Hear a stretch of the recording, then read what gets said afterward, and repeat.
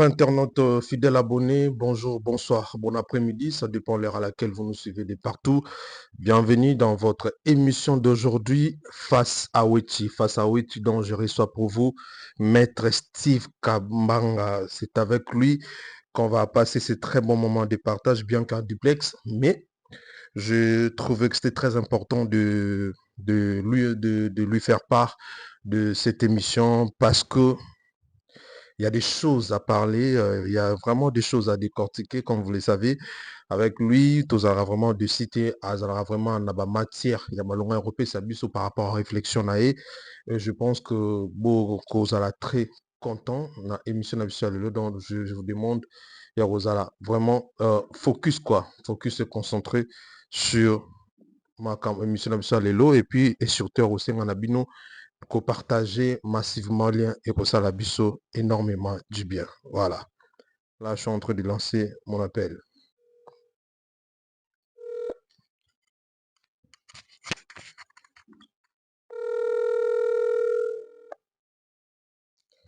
Allô, maître Steve Kambanga, bonsoir. Bonsoir Alexis Wechi, chef de guerre. Ouais, toujours en tout cas, en direct, il y a émission Abisso face à Wichi. Toza bongo na Bruxelles, na Belgique. Ndengo yebi pour na Moussalara toujours. Alors, to juger bon tout, genre vraiment par rapport à Yassiji Nabisso à Lelo, par rapport à Nandingi au décortica, Nandingi vraiment au mimara réflexion, mon musique, ça fait vraiment du bien. Naba warrior, naba méloman, tout à bonne musique, au balinga musique. Balandara. D'abord, ton état de santé, comment allez-vous? Non, ça va par la grâce de Dieu, tout va bien. La semaine passée, on a eu un peu grippé, mais c'est bon déjà, donc tout est ok. Donc, en forme. Merci, P. Nabato, tout, Bahebaki, Bawario, tout, Banero, commenter, Banol, Lukapenza, ko souhaiter que Nazara rétabli. En tout cas, cette fois-ci, tout est bon. Donc, tout ça, En tout cas, c'est un grand plaisir et à quoi aussi rétablir. En tout cas, maître Steve, avant tout tu as vraiment l'actualité ming la musique parce que tu par rapport à la situation actuelle du pays, on posé deux, trois questions vite fait, surtout que tu es expert à la matière ce côté-là. Donc, par rapport à ce qui se passe actuellement dans l'Est du Congo, Tomoni, Mokonjambo Kabongo, Azalaki na Paul Kagame, Basolo Lipenza, signé accord. Mais après, retour à Mokonzambo, Tomoni côté pour M23 a avancé très sérieusement. A vu même Ituri actuellement, Torolwaboué, Ituri a Bongo Namaboko, il y a ba rebelle. Qu'est-ce que vous en pensez par rapport à l'accord au Salamina, États-Unis, Washington? Non, moi, Togo rectifié, Ouvira, ils en a site Kivu. Ils en a Ituri, parce que Ituri, ils en a ba province mususu kuna. To Ituri pesa na kati ya état de siège, il va gouverneur Luboya Kashama. Voilà général ya soldat pour kuna eza place au état de siège ezaki bango na Nord Kivu. Et du coup, Sud Kivu nde penza touché, donc après Nord Kivu, Sud Kivu. Par rapport à question na yo, moi je pense que accord à Washington ezalaki accord oyo efaki ememape, effectivement normalement il faut ememape, et dans les cadres il y a accord faut bayebaki accord ezalaki signé mibale, accord de paix et puis accord économique. Accord wana ezalaki na partenariat économique eza ndenge pe États-Unis basala na Qatar, donc ba américain na ba Qatari, na Arabie Saoudite pe basala ba blo mo abongo ke bango ba instaurer bino la paix, c'est-à-dire une sécurité et beaucoup zala na partage to ba na pourcentage ba matière première au bango bazoluka. Et je pense que c'est à cause de cet accord ndeke ndaki kolamusa sous ba sensibilité ya bato balinga RDCT. Parce que bazoyeba ke soki accord wana evandi ya solo, c'est-à-dire mama koyiba ba minéraux ya créer ba guerre inutile et aux adisouté pour permettre à ce que Congo ata tokolela ke non minéraux na biso bango bakozwa na place au moins bazwa ngo ata pourcentage faible mais na kimia na oyo bayiba ngo biso par force babomaka lisu likolo nango bato.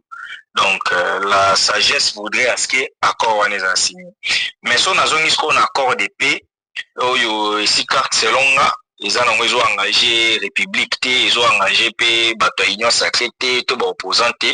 Selon nga apparemment on nous a vendu du vent, parce que la logique voudrait à ce que quand on va signer accord, Paul Kagame il a été cité nommément comme commanditaire, il y a des atrocités au Congo, devrait à tout prix donner l'ordre na bato na ye batika kosala babilo ba osala, parce que bato baza sur terrain biso tona ba donner pe tona ba correspondant pe sur terrain bato baza sur terrain ba yebisa yo que tant M23 zokota tant M23 zo ba ville ole ba mona ba congolais bazo mona plus ba militaire rwandais. Vous voyez, surtout vraiment ba militaire rwandais. Question na ngezalaka soki yo lelo ndeko wechi olobi ke na lingi na sauver Congo na sepeli na mambo président Félix osala te okoki pe kosala insurrection armée nde toloba rébellion. Bon, on a droit à insurrection armée rébellion so osali yango.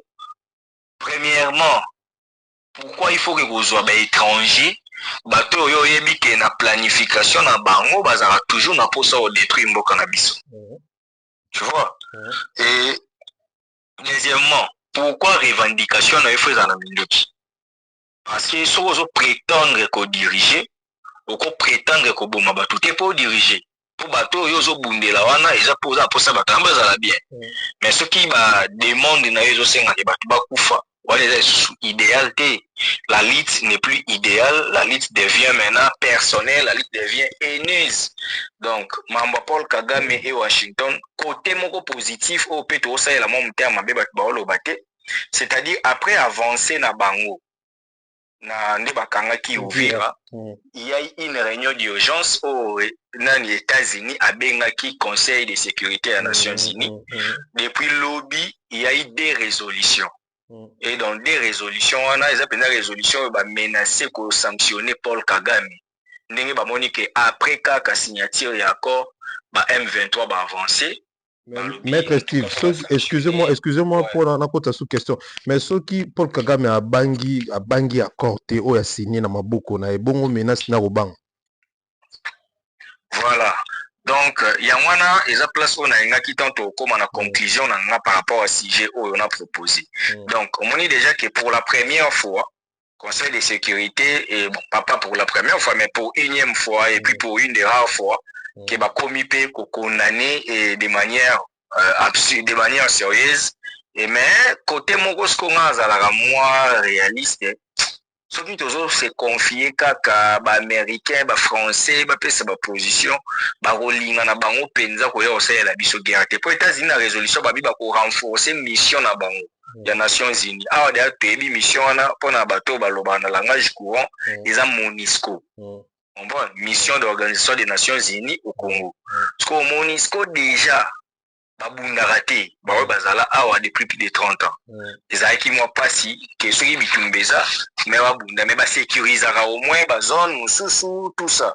Donc du coup, s'il faut combattre ngai côté conclusion na ngeza na sujet oyo ezaka ki mokonzi na biso. C'est vrai la diplomatie est ko jouer mais dit notre part à préparer ka armée. Peu importe infiltration, peu importe nini, la seule solution autorisée nango et aux la kaka bitumba parce que ceux qui te protéger batu bakufa te mais bango tango ba kota bazo bomaka batu. qui baza en français. Et aussi parce que sur le plan officiel, sur le plan juridique, la RDC n'est pas un pays agressé. Parce que pays où ils ont agressé, pays en guerre plutôt. Parce que pays où ils sont en guerre, il faut déclarer guerre. Vous comprenez? Et puis Rwanda paix avec une malignité. Mais bazo bengango guerre par correspondance parce que déjà tu t'es en mon année. Donc muto yo biso ba obimisa sur le plan juridique et obima ba congolais. Donc on utilise nos frères pour bango basa biso mabe pour soki connaît inanga la muta ituri soki azala muta ici je crois ayebani soko zui bisimwa azali congolais batu bayebi pa na bango na Kivu kuna soko zui moi batu ano mona que ce sont des gens oyo ba utiliser bango pour nationaliser agression. Donc ce que botali na tête makambo bomo na reza congolais. Et puis même côté bande connexion Tutsi tout ça parce que il y a aussi moi polémique au moni ancien journaliste confrère wana babomi selon peu d'informations parce que yé a comment ko réclamer que makambo basolola kina ndeko na ye bango na bango batu mabe makambo basolola na nanga ezaki ke ba ochaye gouverneur ya Nord Kivu mais tant bakomi na kati ya terrain bango yaza munande a remarqué que bakomi kopesa ba poste nyonso ya pa batutsi or biso toyebi ke batutsi c'est plus du côté Rwanda, bien qu'on nous informe, bien que les Tutsis congolais peuvent bazalaka, mais en réalité, quand on parle de Tutsis, on voit vraiment les Rwandais. Donc du coup, gens ont réclamation bongo, et dit déjà qu'on a qui ça, preuve que même bango certains Congolais au bazar na mouvement se sentent aujourd'hui en insécurité parce que baza obligé d'exécuter plan. Il y a des adversaires, ils sont obligés de moyen libre et ça donc ceci est que Kimia il fait accord à Washington en réalité sur le plan de droit bango babi que taliban te pour les mambo Rwanda mais bango ba congolais bango ba c'est un dialogue interne. Or on a dialogue interne on peut makambo bolinga boloba to éviter en fait en réalité ngaza tenant na parmi te ba tenant ya logique ya robo ya dialogue te on dit ba dialogue mais nazo réfléchir kaka nanga zo linga basa dialogue pour abongisa nini pour nanga pasteur de son état ba pesa azwa organisation de l'élection na ba élection wana nanga a produisa biso président Tshisekedi batu baboya babike ba voter te asala ba émission a lui botika ko réveiller des peuples à voter après quelques années yo zongo yebisa biso ke te yete ngam na tchaki président les photos banano roboma yo parce que soki siko yo zo yebisa biso ke yaza mabe to ba te yo mto yaki na ye dans le royaume to yaki na mususu ayaza ki na position faiblesse et si Maître M soit une position faiblesse s'il a été imposé par Joseph Kabila parce que nous tous on savait que selon politique et à un moment que les dauphins de Kabila étaient en opposition. S'il était il était par exemple imposé par Joseph Kabila à cette époque le patriotisme malheureusement il y a bon parce que cela il y a associé mboka parce que ndenge yazoloba que muta tchaki président Félix Azouarate ezo senga ezo lakisa ke ba triche ba nyokola ki peuple pour peuple a voté ki soki ndenge ba olo toke kana logique na et peuple a voté ki Fayulu bango ba imposer a Tshisekedi le quoi ba imposer qui s'il était patriote il allait refuser vous comprenez siko le quoi ya banga ki liwa siko mi mona ki na position faiblesse c'est que ti lelo azo afaki kuta bomba secret wana après ko bimisa yango te parce que ye tant bimisa ki on a idée que batu ba OCP la wa moni Tshisekedi a gagné te biso déjà to yo imposer ki biso ye to ndima ki eti to boya ba une année après ba nini mais après le président était azaki na légitimité azaki na légalité azaki na arrêt à cour constitutionnelle nous étions plutôt obligés d'accepter la situation parce que tant yo yozongi la biso po biso ko tricherie Alexis eza lokola ndenge bondo to tanga na nchik yo obimaki premier de la classe mais boaki na ba problème moko boye ba kati yo ba tio 12e or si on école ba loba que 3 premiers ba ozwa bourse d'études ba okende poto ba kitanga na poto Oui, déjà dans le cours, lorsqu'on rate la bourse d'études au bima 12e, après la période, mon bout, mon tout le monde a eu que au moins, il connaît ça, quand on a eu mon bima premier, maintenant, à 12e. Au moins, au l'écoute, repentance n'est ça le bien, mais peu ce qu'on kanda. Ça, c'est vrai. Ça, c'est vrai. Donc, Magambo, on a biso, oazolinga reproché na président Félix. Mais après, bizarrement, on voit qu'il est soutenu par rapport à peuple Moussous, Batebele, Baro soutenir par rapport à discours, on a Rolobakia, Koya, pour nos bons Samboka, les peuples congolais souffrent, prévané, le territoire, il y a ça occupé actuellement, ils ont bien, ils ont sécurisé. Tout le monde a toute information, on a depuis Kokoma M23, on a Ituri, il paraît courant et se rétablir, ou Ekena depuis Kala, qu'est-ce que vous en pensez par rapport à discours? Une chose est vraie, même si le diable a été, depuis que Satan a battu baté bazati, bato bakoya kenzamba existe à baza. Donc mututu azaka na battu parce que na position yo lo bamamba guerre yo et bi maloko tozo soutenir ndeka président Félix. Or ce n'est pas vraiment ça le cas.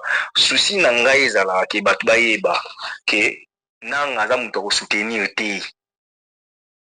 Ngai nazaka d'accord avec tous les opposants. Vous comprenez? Je préfère Katumbi abundisa Félix, je préfère Kabila abundisa Félix, je préfère bato nyonso batikali wana Fayulu ba opposant wana nyonso po nini. La lutte au biso to sepela o to votera na mboko biso so to loba ke to zwa ba ele pouvoir na ba élection. To loba ke to zwa sous pouvoir na ba mindu kité. Ya lobi azo sécuriser bato. Mais ndeko akufi Magloire Paluku akufi na zone où ils ont sécurisé mais ba criblé ba bêté masasi ba assassiné sur ceux qui zone où ils ont sécurisé au cadre ya mouvement na ya kufindene mais maître ba assassiné ça partout ba assassiné ça la matin aux États-Unis ça arrive donc du coup il y a cause de prétexte et on le bela mambu ya sécurité wana te omoni biso bato wana mwa connaissance na mwa terrain politique bato bayebi ke kaka na Goma nde eza wana une semaine etondaka te sans ke bato baboma bango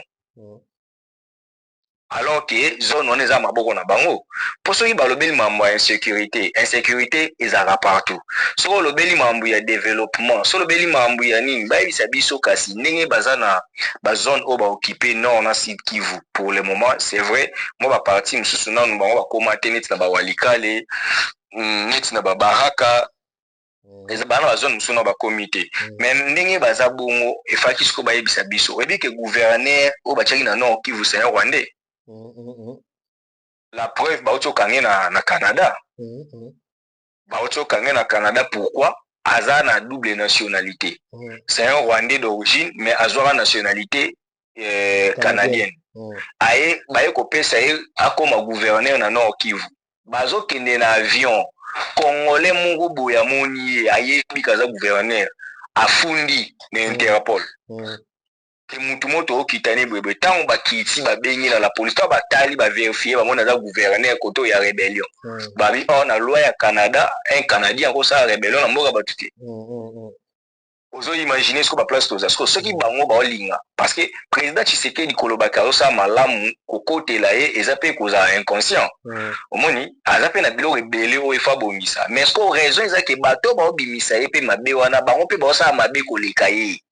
Donc eza lokola bozo bimisa mutu mo mabe mais mabe o bino bo sala eza sco grave koleka ya ye donc du coup boza mieux placé te yo pesa leçon botika bato yo ba sala lit politique babunda vous comprendre je ne dis pas que Tshisekedi devrait rester parce que d'ailleurs 2028 il doit partir parce qu'il faut qu'il y ait des élections mais souci ezande que bato baza koloba que président Tshisekedi aza dictateur mais bango côté baza ba dictateur monte ke basa elote bolobi ke ye asala makambo malonga te mais place obino bozala ki wana ndenge nini bato obino bo libérer bango ba olela ke bozo obligé bango mambo au-delà ya ba droit na bango vous comprenez donc en réalité je soutiens tout le monde les opposants comme ceux du pouvoir donc tout celui qui est congolais mais à une condition que nous devons conserver notre pays.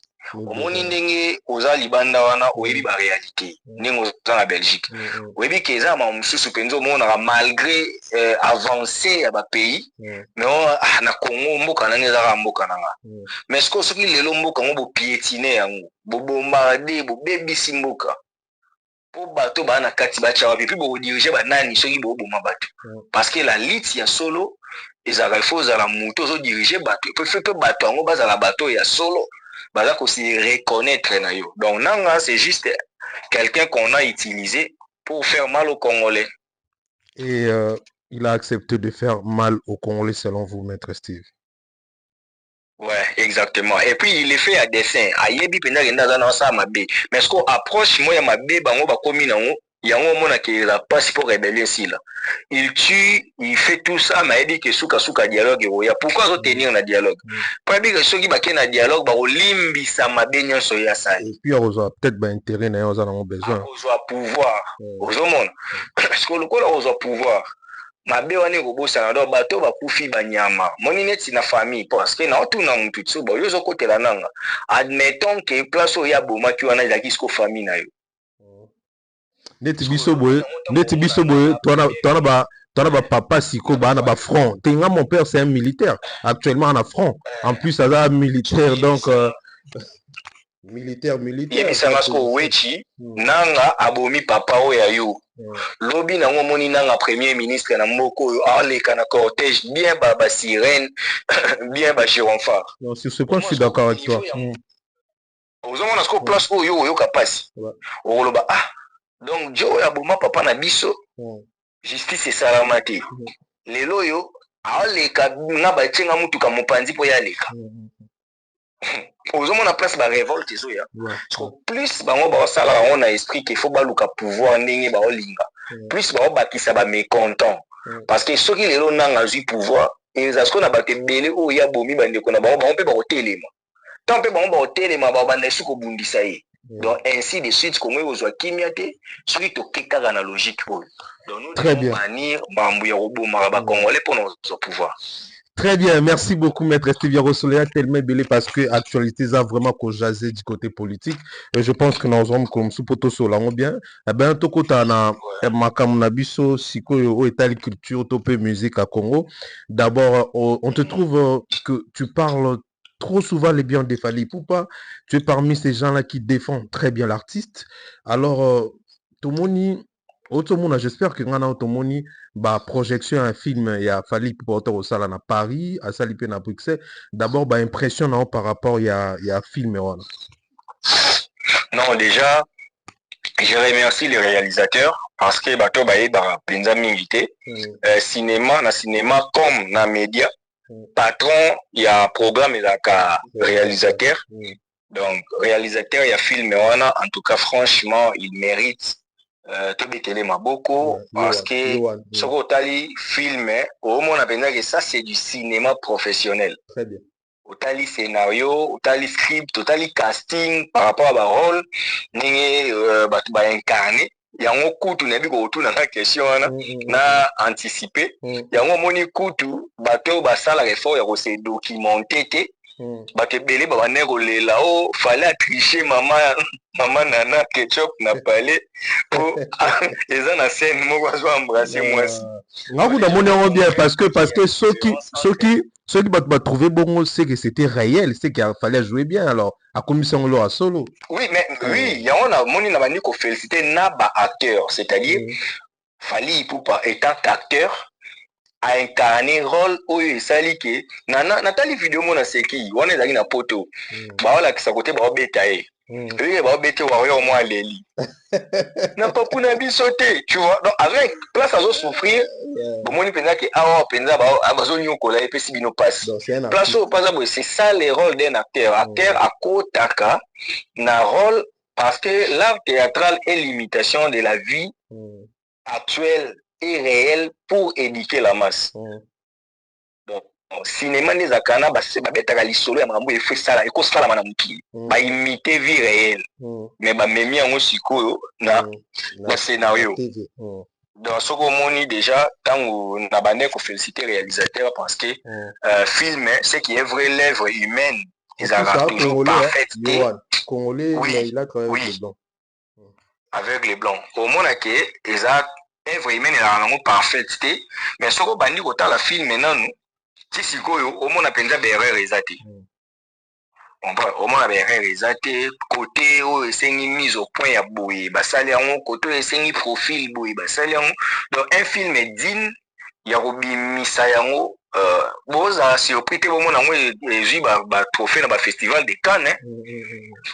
Pourtant, tous les gens un sous dans un district.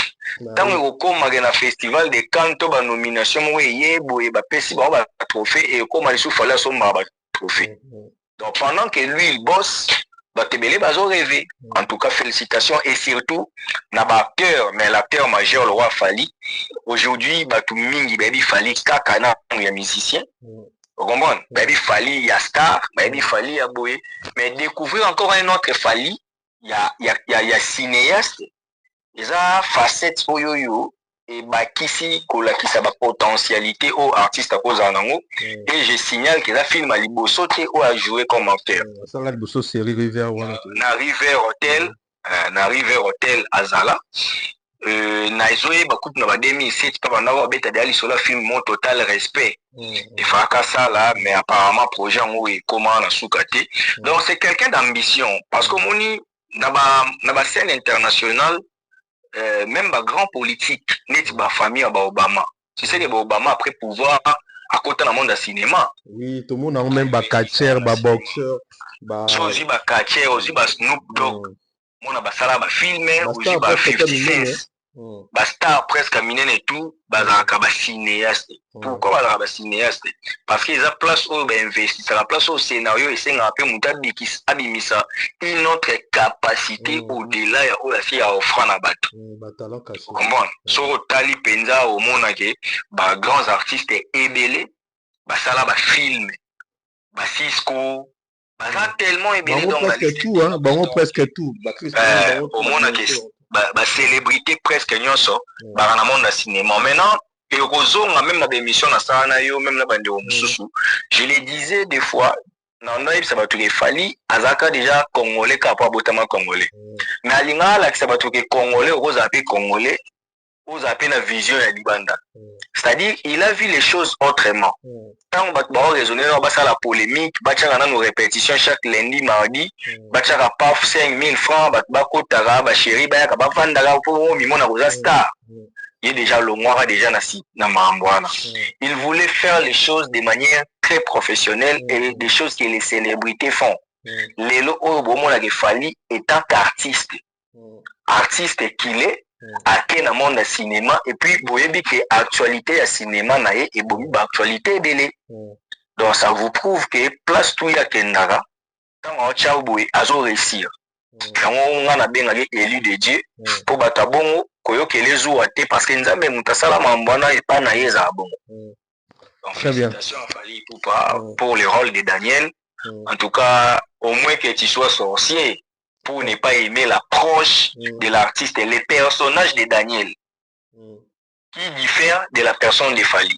Fali pour passer c'est un humain, Aza star, Aza père de famille, Aza musicien à Bisso, Aza premier artiste à Sali Sold Out en France et en Afrique, Aza premier africain à 2 fois Stade de France, Aza 5e artiste dans le monde à 2 fois Stade de France. Au moins, il y a la qualité on est qui Fali.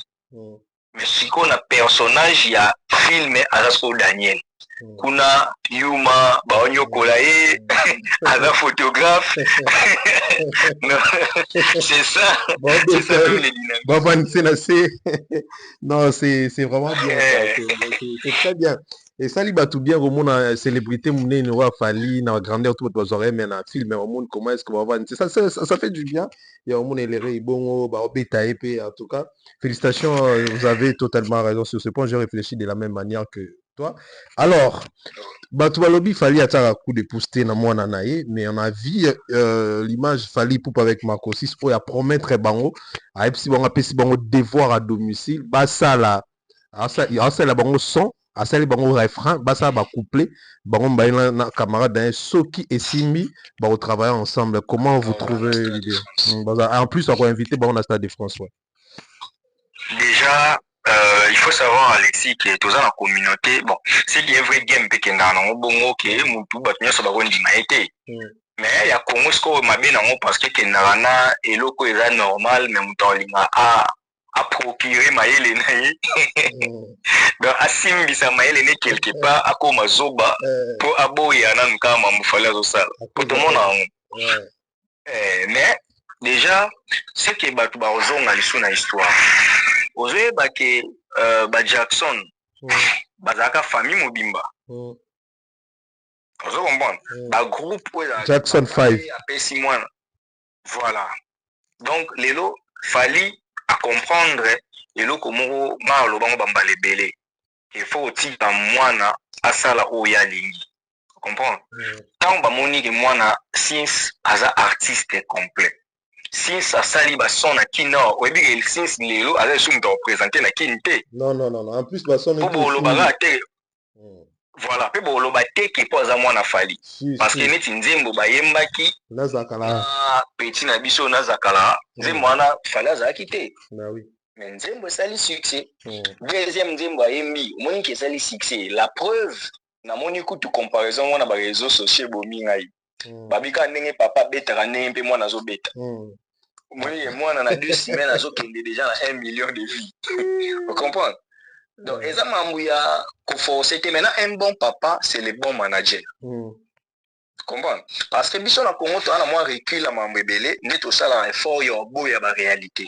Vous dit que na poto ba joueur mingi ba manager na ba papa ba mais presque tout hein. À moi les papas za kufa. Voilà, since aza artiste oyoyo aza na opportunité ozala mwana ya papa ou aza artiste, non seulement artiste mais une célébrité et puis quelqu'un qui maîtrise l'industrie. C'est vrai à PC cadeau mais alors la kisaye ndenge ya ko propulser. Comment ndenge motiver bango na pesi bino devoir à domicile. Nga na cheli bino refrain. Moni da coup de pouce. Ce que tala ce qu'on a monde entier ce qu'il fallait cheli au refrain. Parce que since na master no boya na ba couplet. C'est-à-dire ceux qui sont au ekangi bo beta na Stade de France.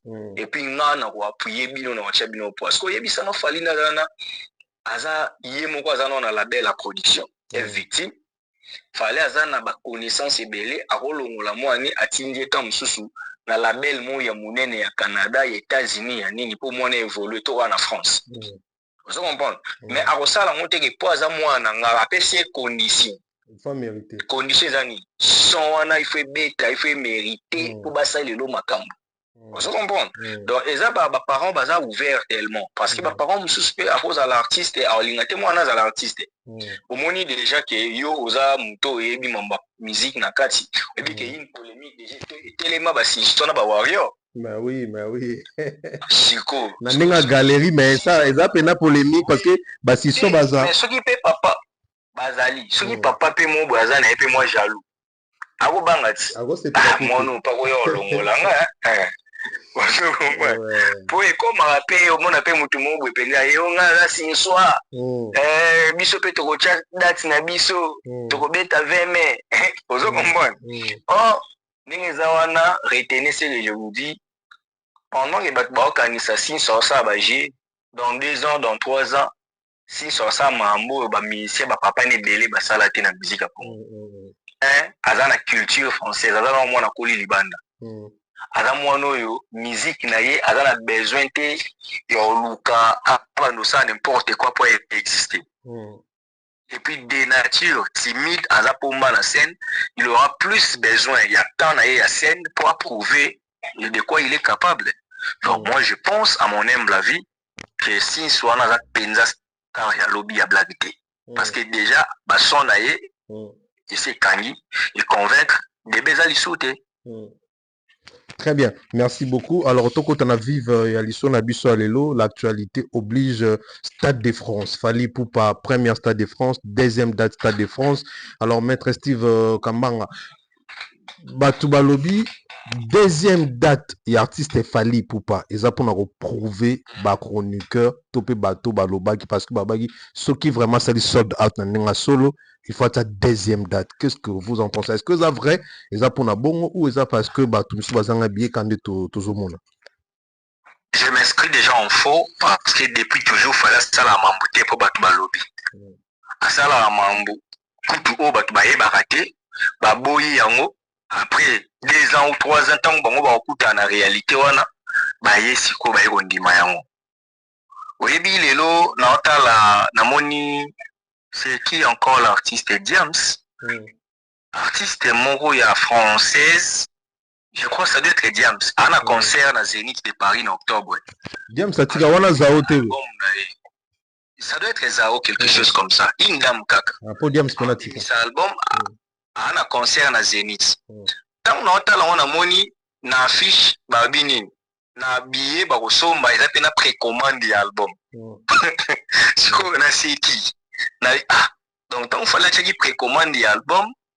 Bandego awa omoni penza yaya mo ya mwasi bono omoni penza journaliste bon respecter omoni penza ke omoni penza ke tonton mo boye bono omoni penza yaya mo boya sala musala bien bino sko be étudiant to be élève boye penza sérieux boya découvrir boye azara ni mayelité donc aye penza boye aye bisi bino no bache Cédophile oh Cédophile non album ebimiki. Donc, à éviter que la scène internationale, ça la précommande. Et ça, biloko la notion fallait y avoir dans la game. Fallait m'empouiller la prévente, combien de fois critiquer. Sur les acquis kalanda, tu baloba ambezelo fallait bêta la stade de François Nater. Alexis, tu dis que yonangai, tout le vérité, banda Congo, ezala Congo, les seuls artistes bêta devant 20 000 personnes à porter la rafale. Oui, ça c'est vrai, ça c'est vrai. Accord hôtel arène na configuration nango. Abeti Paris la défense arène. Et puis na ba condition ni o abeti la ngo. Accord hôtel arène abeti ngo na ba condition o ke koma eza intense na poto. Mais ça la plein. Ça la plein. Aye na Paris la défense arena batu bakanise kango eza facile non na mona bandeko na biso mususu kuna ti fallait une configuration 25 000 mais ba artiste bango ba soutenir ki ba meki mutu moko te na bango nyonso koma na 5 000 billets je comprends ce que fallait akobeta deuxième date na Stade de France pour prouver batu c'est déjà faux. On dit que nini jour wana batu na sport wana na making of et ici sur les 6. Oh, sold out au salama après. Vous comprenez? Donc, c'est-à-dire, l'homme avait planifié. Dans la journalisme politique extérieur avant de faire les droits, na communication, il y a biso boy. Moni soki bozo tanga mutu, il faut un esprit critique. Au moment où annonce il y a première date il y a Stade de France, fallait comment bien je vous invite à mon premier concert au Stade de France. Alors, à mon concert. À mon premier donc, concert. Tant que dit premier, c'est un adjectif numéral. C'est un suite. Deuxième, au moment, troisième, ainsi de suite. Donc, quand Fali déjà avait parlé du premier concert, c'est qu'il y a que pour éviter test. Pour même, na mindele, kotala ke, dis-moi, ou tablette, karaboye. Aya, dans moins de 10 ans, la scène internationale, avec le Stade de France. Vous comprenez? Le grand prêtre Elvis Presley, il est en hôtel. Et puis, l'artiste, tout la 4 hôtels, il Stade de France, jamais il à 2. Il à manquant par rapport à l'évolution. Bien, c'était le cas avec Nino, par exemple. Ouais. Vous comprenez? Chico, Lelo Oyo, tout le monde dit fallait acheter date, il y a mis balai. Donc, pour nous, ils ont beaucoup de temps pour battre des filles qui est. Maintenant, qu'est-ce qu'on a contexte? Ok, battre des filles qui est. Ce qui est battre des filles qui est, c'est qu'à prouver mieux à l'équipe. Vous comprenez? Na personne dans le contexte à Liboso pour nous prouver qu'il fallait ça la m'amener pour na binonta ça la m'amener pour na ba warrior na carrière na. Mais ce qui est ça que pour bisonner to tindi aloba acha yango c'est la activité. On dit qu'il fallait ça la soldat dans 1 mois après ça mon promotion té. Alors que bata Saint-Denis, bata banane belé baloba qui que ouais ça ma minene il faut les caparabiso. Est-ce que le discours on est tenir les sous? Et si là puis l'on voit oui que Lelo na top à meilleure vente. Azar na 4e position. est-ce que ndenge baoteka bien wana eza po bato mo boye basalaki likita na bango babike fo basalele promotion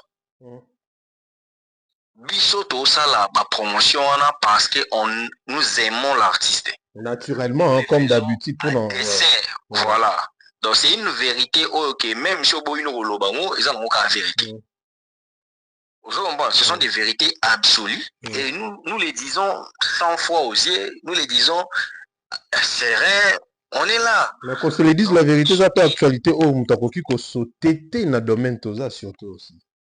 La preuve non ba to balinga yete mais ba ça l'effort ba chrétien pour ba exister. Vous comprenez? Au moins on a pensé que mutayo lobela entreprise mususu X mais pour émission na ye etalama alobeli nde mambu ya fali et la majorité émission ya 60 minutes alobeli fali 50 minutes alobi mambu na bango 10 minutes vous comprenez parce qu'au Stade de France 2 yemo na sport aibino c'est une question d'organisation donc tout a été organisé tout a été professionnalisé c'est la raison pour laquelle au moins l'équipe a fallu a besoin de ya oleka na ba TV ba clasher batou on a besoin de la communication satirique parce que Moussala n'a pas de défendre bango. Maître, si parlons de. Pardon, on a chuté, mais on peut sauver 10. Oui, qu'il y a un Stade de France déjà. Il faut oublier, pour les Congolais, ça va quoi annuler Bino. Oui, il y a un Stade de France, c'est presque la moitié des billets déjà. Ouais, donc déjà des catégories épuisées. Des catégories épuisées, na minute autoloba, tu vas comprendre que bato bana luka fara Alexis. Mais que tu vas na boué na Kinshasa wa, bato bele ba comment luka ba fara. Ba loba musique ke na bongoti. Mais bon moni benage muto azana carnet ya danger a koti na libula leki, mais mutaki na ka mukia kanisa ke mesala na Congo, a beti libaku boé pas crevaison. Donc 80 000 places ils ont été comme en vitesse alors que date à Liboso déjà les cas qui 80 000 bah il y a plus de 92 000 forte demande de les cas qui ont eu deuxième date à continuer au TK et retient ce que je t'ai dit concert où ça la sold out avant que bat raisonner pour votre monsieur ba kanise ko kendeti na ba me ba billet rozala ba ça la retard en tout cas oyo za pour na côté la tebe par rapport il y a vitesse il y a vente on ndenge zo salama na par rapport à évolution en haut possible que décembre peut s'y la oui c'est fort possible ça c'est vrai alors parlons toujours du Stade de France mais si que moi préoccupation moi na part na pe na part ba warrior est-ce que il faudra seulement entendre que billet si là et puis voilà on attend ba date il y a stade et puis au côté ba concert est-ce qu'il faudra pas pour tout à l'heure sur le mon équipe a fallu il faudra pas l'équipe managériale de Fali pour de créer quelques contenus qui accompagner ba tout Stade de France hormis par exemple single to album ou artiste azolinga bimisa. Bon, ça c'est une question qui normalement devrait être débattue, mais au moins, on a tout ça, moi parle des choses. Au moins, biso bato to travailler en équipe, il a fallu que tout ça libre et roloba autolingi.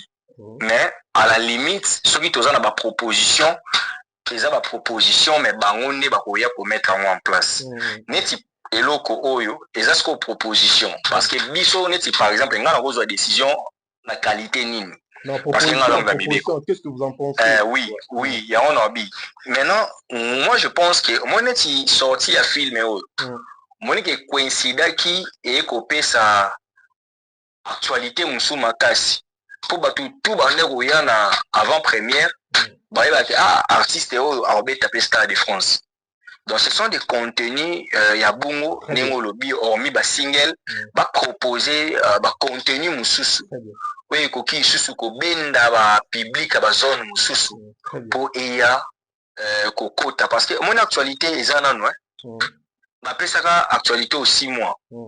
Nde toza boy to na décembre. Sur décembre c'est janvier. Rozala février rozala mars rozala avril rozala. Donc tous ces temps-là artiste a la télé actualité. Donc il faut qu'il y ait des contenus salvateur, il faut qu'il y ait des contenus intéressants où ils sont riches na fond, où ils sont bien penza, où ils sont stimulés mususu atali penza boepo. Imagine-toi wechi tovanda période mona live mo boy mutuma lobina yebisaki bana nga ba ke concert afali te pa bomaka bato. Vous comprenez? Si vous bana wana bamoni penza ke oh mutu yango papa yebisa yebiso ka bomaka bato asali sold out. Bamoni deuxième date. Toi, tu penses que banana so bamoni ba contenu lisusu. Papa c'est un menteur. Comment?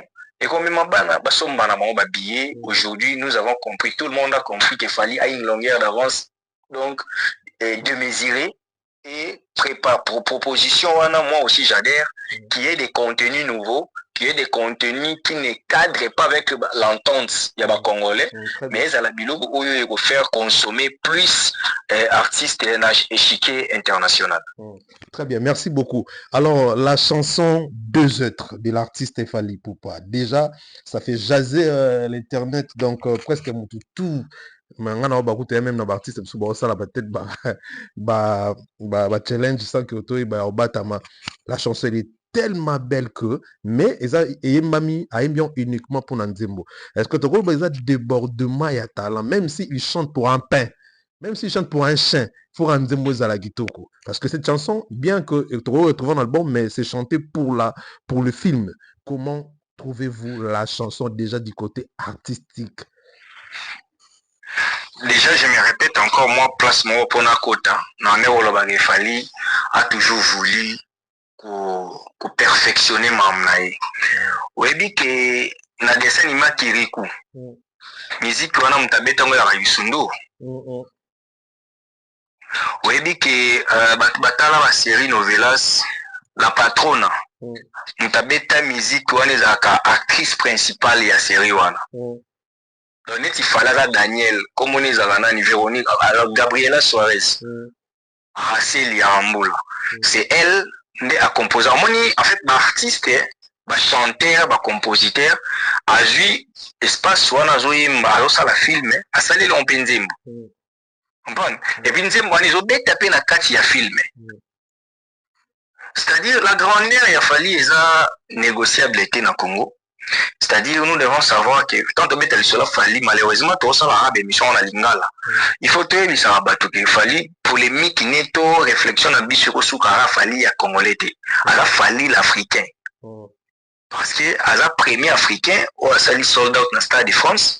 À la premier Africain, on a tiré des dates dans le Stade de France. À la premier Africain, on a bêta basal. Donc à ça, on a ok. Et ça, premier. Donc, c'est-à-dire, niveau de la célébrité, et ça, Oscar Tobé, on appelle ça star. Parce que star, conception, on va comprendre, on a des stars et des étoiles.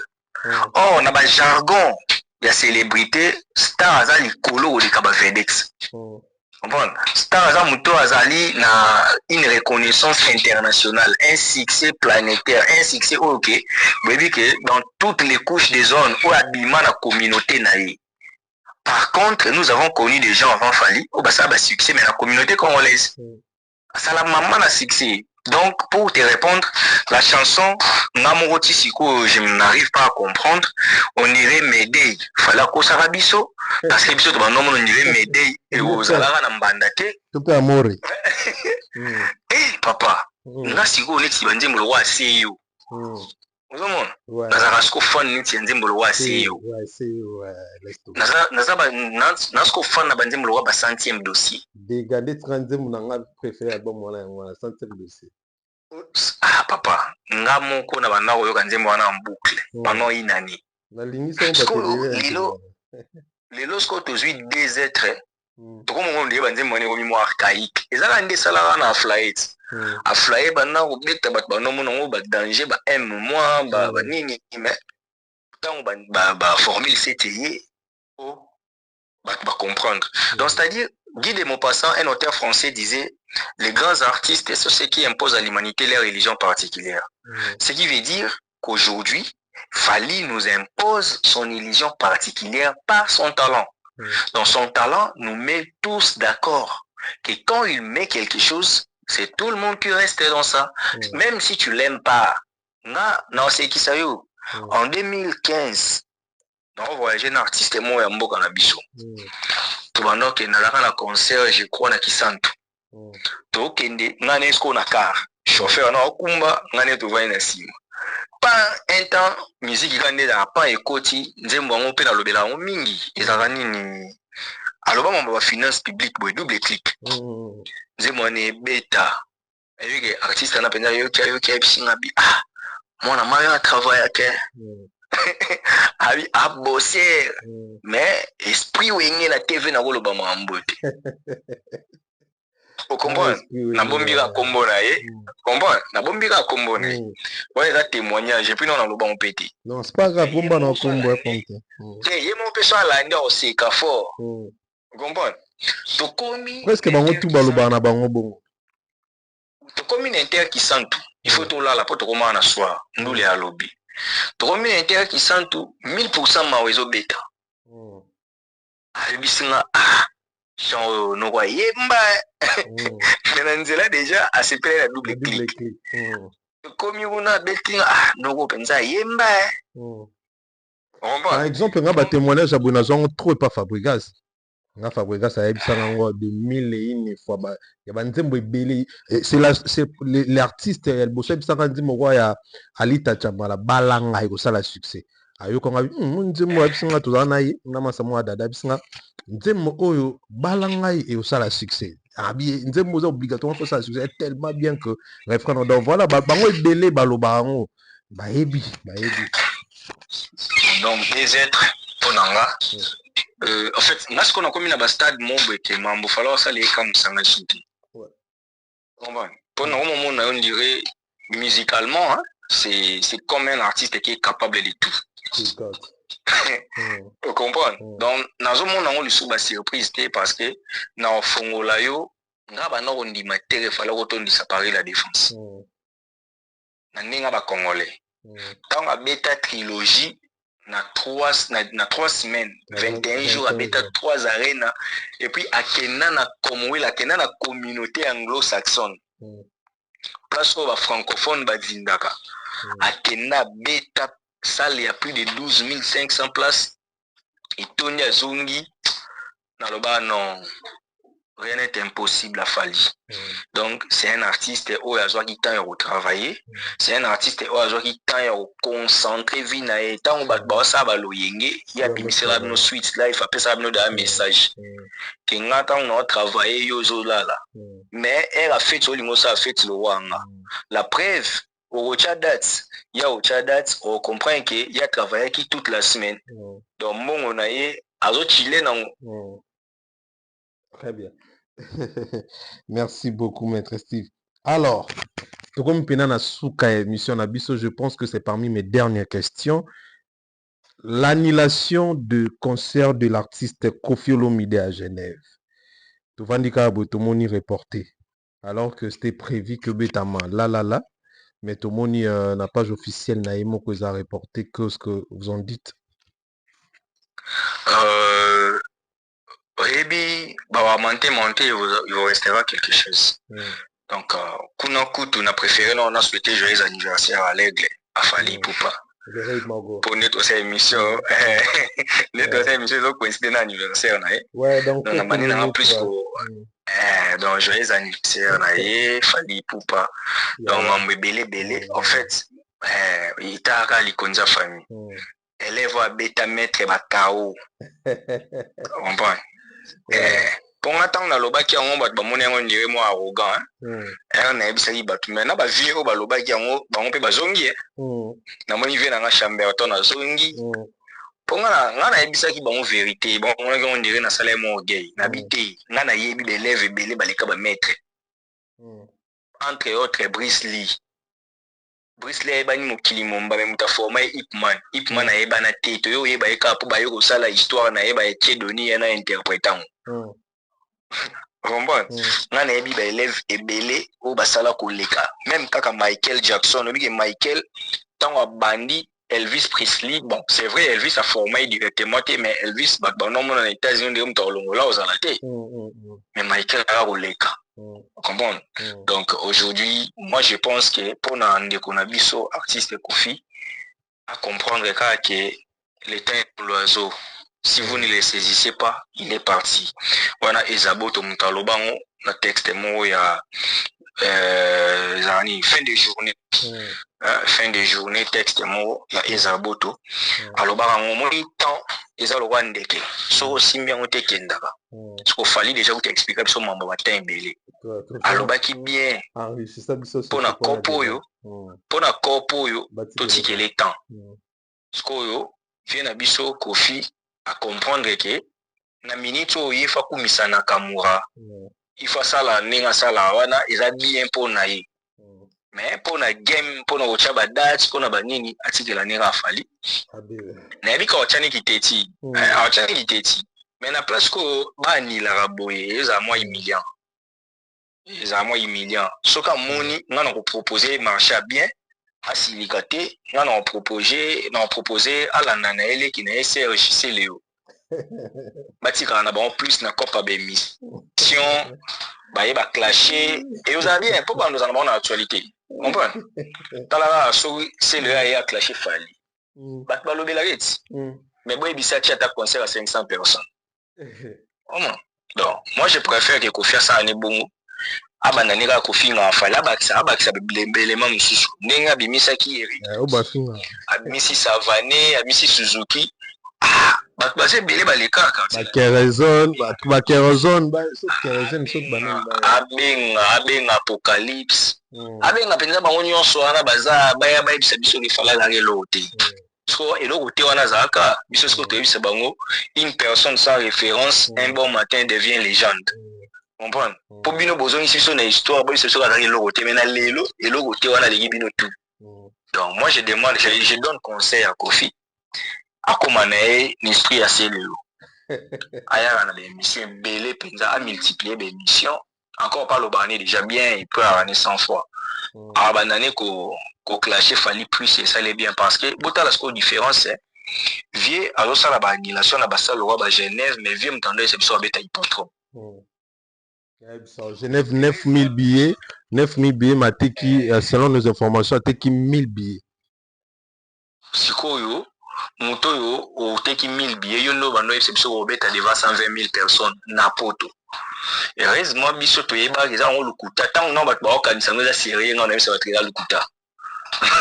Tina Souka, bah, comprenez, il vient créer un scandale à le coup. Puis, il m'a annulé.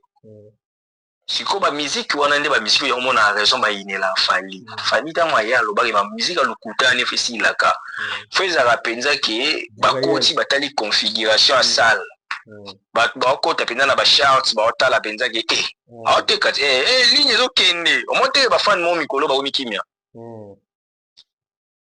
parce que baza sko rattraper la vérité muta fingi binote muta si asali muta simbi na ebinote bino mo bovani ba mo kimia pour comprendre que bo mesana ba concert au fini na kin ba concert libanda bo somba ba billet pour même si ba sombi ba kabela bino na nganda mutu to ke na kayu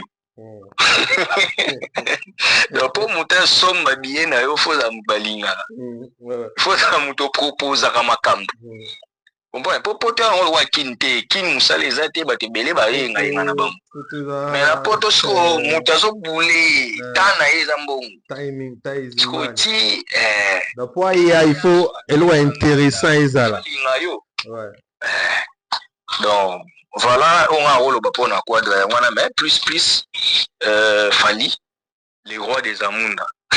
Ouais, en tout cas, ça fait débat. Lorsqu'on dit que le roi est devenu prince, après king, prince, par rapport à rôle na sport, bon, on a justifié qu'en ma manière, on a été au Lubani.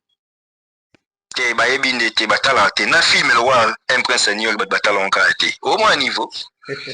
Quel abrutissement. Deuxième partie film en 2021. Si on va bien monter. Davido Bazala. Hakim Azonga na Zamunda. Oui, vu la personne Mutombodi qui est Bazala.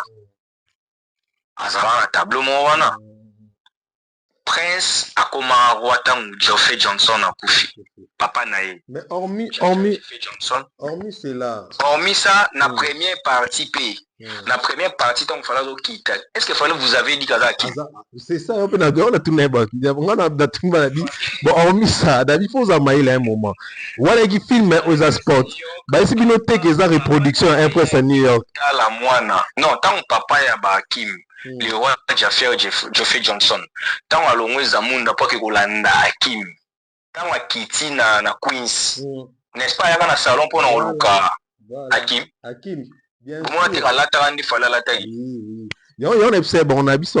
Qui vous a dit que fallait lobby Kaza Prince na rôle ou na place bomoni wana? Il y a un coup n'engana mais mon réflexion soit les acquis première version ba yebaki fallait za awa papa Geoffrey Johnson. Ayaki kuzo mwana ye ayebisi bango monte tango aye okata suki ba chimite oh waye. Et puis reproduction il y a un prince à New York. One is a sport à Fali. Ils ont reproduction après ça ignoré. Donc voilà. Bah bisa kinde ba artiste mususu ba ndobe te la France tolo. Téléman à Kitty. Roi Fanda. Merci beaucoup maître Steve. Na Congo ba kumisela biso ba musicien bela. Ah oui. Na kutu na bomba kité papa Chira la vie na biso. Bien quand on a un problème belé ensemble la mingi mikolo. Ils appellent bien pour naïe. Tout le monde a été côté chrétienté, on a bimisango. Après, il y a un grand prêtre, ils ont bateau, ils ont stade de France, ils ont bateau, ils ont sur le roi petit naïe. Ah, c'est un danger bon. Ah, le bateau qui éviter ça solo, bon, vite. Pour pousser éviter ça va games. Donc, ça fait plaisir, ça va pousser éviter ça fallait. Et ça a biso plaisir, ça on dit, mato, papa chéri, puis là, on a problème avec tout. Pour on a la demande na sala ça fait 2 semaines. Mais c'est en tout cas ça l'a plaisir. Oui, il y a biso que fala la mystique, pour il y a biso que vitesse, les aba games, c'est aba daju. Parce que daju habite dans le stade de France. Merci beaucoup. Kim sabete un jour on peut 72 000. Parce que petit na yo siko ya bandal. Oyo peut se goût en musique. Ce qu'on a il y a plus de 90 000 et plus de jours.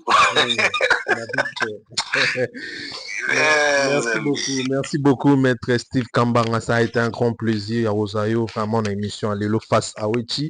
Nous vous disons un grand merci pour notre disponibilité, Nayo, un monde de la fin, pour notre bateau, tout Batali Bissolé. Ok, merci infiniment, Alexis Wechi. Je vous en prie. Merci beaucoup. Okay. Au revoir, maître. Eh bien, voilà, c'était bien notre invité, maître Steve Kambanga. Je pense que vous avez été vraiment enrichi, aussi très content de l'écouter parce que c'est quelqu'un qui parle vraiment bien, quand je dis bien, c'est-à-dire que c'est que c'est bien quoi. Je dis un grand merci à tous ceux qui nous soutiennent de loin ou de près. Là, je vois directement Sa Majesté Liki Sinkeri, leader des Grands Bandundu. Sa Majesté Liki Sinkeri, leader des Grands Bandundu. Salut tes maîtres. Un grand merci à Maman Mimi Itunime, la maman des mamans. Salutez les mon colonel Dani Oleko, France des frappes. Maman Diane Malika, la gabonaise, Mkousé Antalo. Maman Louise Mahamba, USA. Mahamba Louise, salut tes mamans. Maman Nicole Ilouté Nicole. Un grand merci à eux. Merci à Junior Seke. Merci à mon frère Cédric Mboukou, Warrior. Miskaline Toukake, c'est la bolingo Dédé, Warrior. Salut Nabino Botalibiso de partout. Te souhaiter, déjà te profiter, te souhaiter joyeux anniversaire à l'artiste Fali Ipupa Aigle. Que de bonnes choses, que Dieu vous bénisse, que Dieu vous garde, que Dieu vous protège pour nous, les Warriors aussi, les Congolais, de bon sens. Merci et au revoir.